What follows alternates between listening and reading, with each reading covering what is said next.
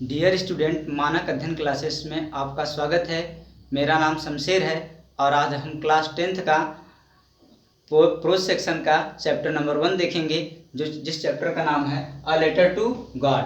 और इस चैप्टर के लेखक हैं जीएल फ्लुएंट्स। तो जीएल फ्लुएंट्स के बारे में देख लेते हैं। जीएल फ्लुएंट्स अपने समय के महान राइटरों में से एक राइटर हैं और इस स्टोरी के लेखक हैं। वह मैक्सिकन पोएट और नावेलिस्ट, उपन्यासकार और जर्नलिस्ट, पत्रकार भी हैं। तो आइए देखते हैं इस स्टोरी के बारे में। One who believes in God, उसको थिस्ट कहते हैं। जो व्यक्ति भगवान में भरोसा रखता है उसको थिस्ट बोलते हैं। और यह कहानी इस बात को प्रूफ करती नज़र आएगी आपको जब आप इस कहानी को, स्टोरी के बारे में पढ़ेंगे। इस स्टोरी का मेन कैरेक्टर है लेंचो।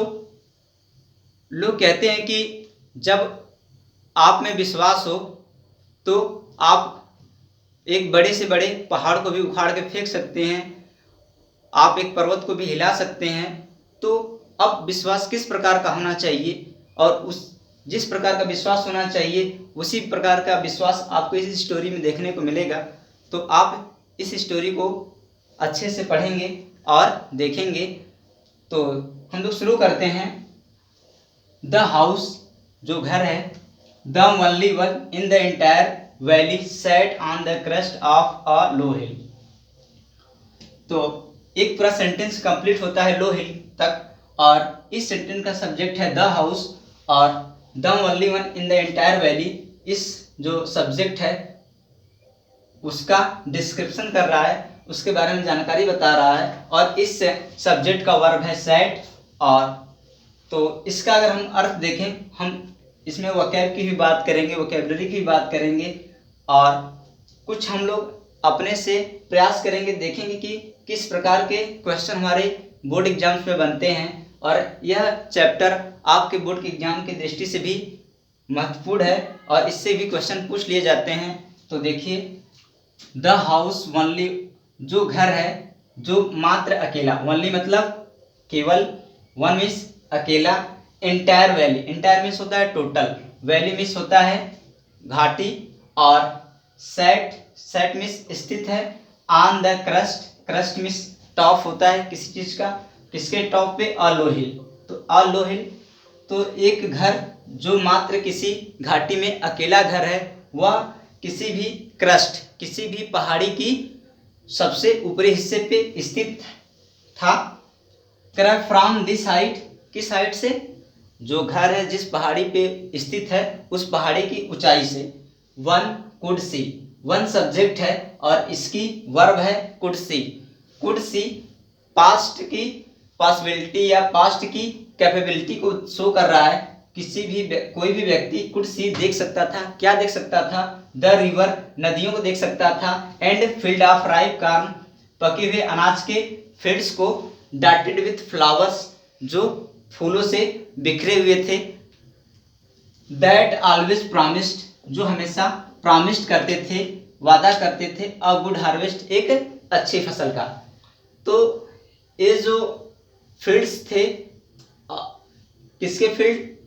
राइप कॉर्न के फील्ड, जो कि बिखरे पड़े हुए थे फूलों से। करा दैट ऑलवेज प्रॉमिस, जो हमेशा वादा करते थे, अ गुड हार्वेस्ट, एक अच्छी फसल का। द ओनली थिंग, मात्र केवल चीज, द अर्थ नीडेड, जिसको धरती की जरूरत थी, was a downpour or at least a shower.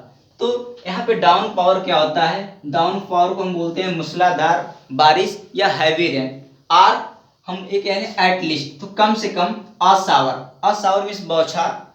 तो कम से कम जो ये अर्थ है उसको एक तो अच्छी मूसलाधार बारिश हो जाए, या कम से कम एक शावर की जरूरत थी ताकि फसलों को पानी मिल सके, फसल पैदावार अच्छी होके। थ्रू आउट द मॉर्निंग, तो कब से? थ्रू आउट द मॉर्निंग, सुबह से। लेंचो, कौन? Lencho, who knew his fields intimately. तो हु यहाँ पे रिलेटिव प्रोनाउन है जो लेंचो के लिए आया है और रिलेशन बता रहा है। लेंचो का। किस बात से? हु न्यू हिज फील्ड्स अपने खेतों को इंटेमेटली अच्छी तरीके से घनिष्ठता से, हैड डन नथिंग। तो ये पूरा लेंचो इस सेंटेंस का सब्जेक्ट है और इसकी वर्ब है हैड डन, और had done past perfect tense है, तो हैड डन नथिंग कुछ नहीं किया था, इल्स बट कुछ नहीं किया था, but see the sky, but see केवल देखा था, क्या देखा था?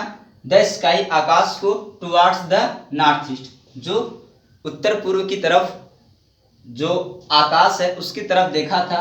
उसको उम्मीद थी कि इस तरफ से हो सकता है बारिश हो जाए, और फिर वह देखिए डबल इंटेड कामा में दिया गया है, और जो डबल इंटेड कामा में दिया गया सेंटेंस होता है वह डायरेक्ट नरेशन होता है, मतलब किसी की कही गई बात को ज्यों का त्यों कहा जाता है। तो नाउ मिस अब, we are really going to get some water omen.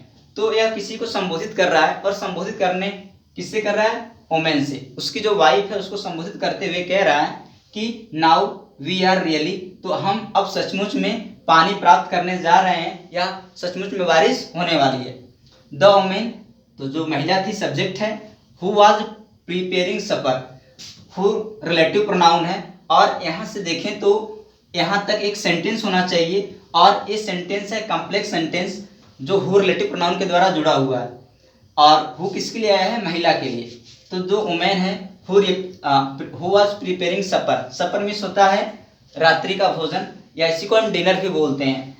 तो who was preparing supper, preparing मतलब तैयार करना है, बनाना। रिप्लाइड, तो जो महिला जो सपर प्रिपेयर कर रही थी उसने क्या किया? रिप्लाइड किया, एस गॉड्स विलिंग, हाँ भगवान की मर्जी है, लगता है कि हाँ बारिश होगी, भगवान ने चाहा तो होगी जरूर।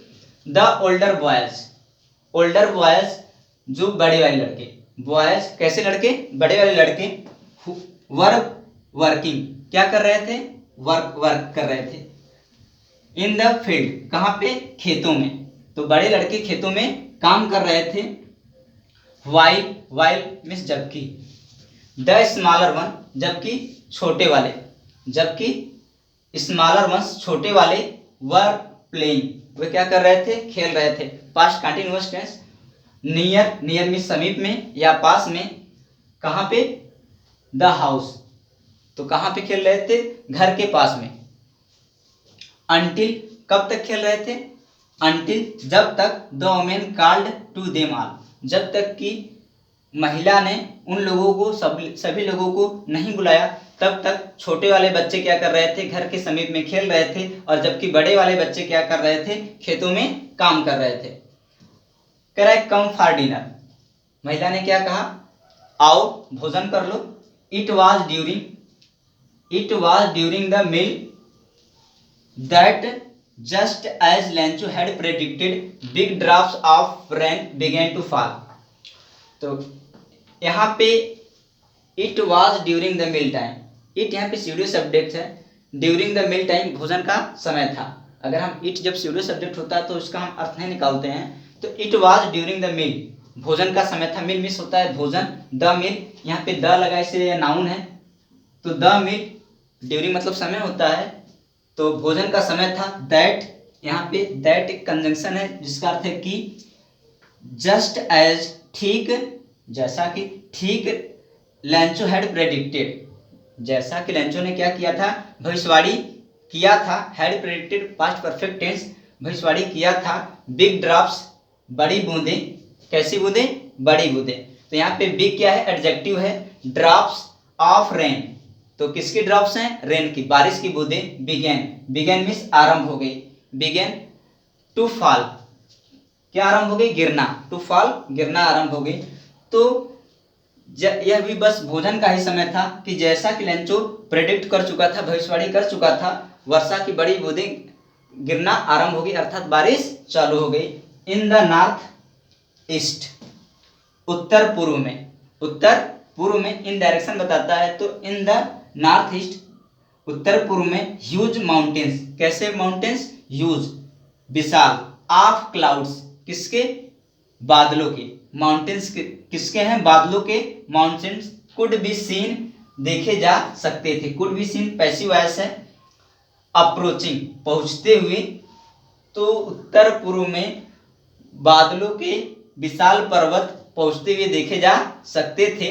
द एयर, जो वायु थी, जब वर्षा का समय होता है तो जो वायु होती है वह कैसी होती है, फ्रेश होती है। और यहाँ पे बोला जा रहा है कि द एयर वाज फ्रेश, वायु कैसी थी, फ्रेश थी, ताजी थी, एंड स्वीट, और उसकी जो खुशबू थी बहुत ही अच्छी थी, मीठी थी। आप लोगों ने जरूर बारिश के मौसम में इस प्रकार की खुशबू का आनंद लिया होगा, और आप महसूस कर सकते हैं कि यहाँ पे लेखक ने किस प्रकार की खुशबू की बात करी है। द मैन वेंट आउट, तो जो आदमी है, वेंट गया, आउट मीन्स बाहर, पास्ट डेफिनेट का टेंस है। द मैन वेंट आउट, आदमी बाहर गया, फॉर नो अदर रीजन, किसी दूसरे कारण से नहीं। कौन सा आदमी, अभी हम लेंचो की बात कर रहे थे, तो लेंचो वही है।